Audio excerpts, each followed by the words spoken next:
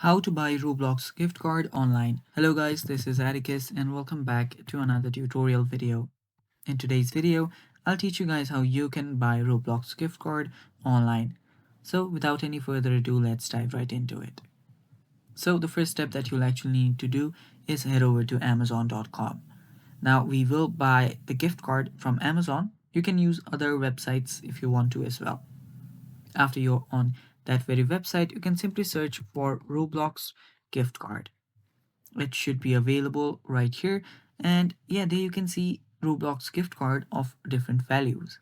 As you can see, about 1,000 Robux costs about $10 and so on and so on. Now, just find the deal that you are most you know that you like the most. I will do this $50 card, which will give me about 5,250 Robux.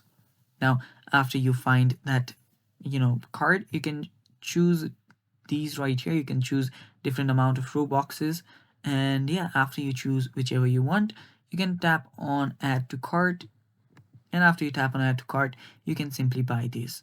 Now you can tap on checkout option to check out, and you can fill in your credentials. You can add in your credit card or debit card. You can enter a voucher if you have that, and yeah, you can simply ship this and you should be getting this on your email. And yeah, that is how you do it, guys.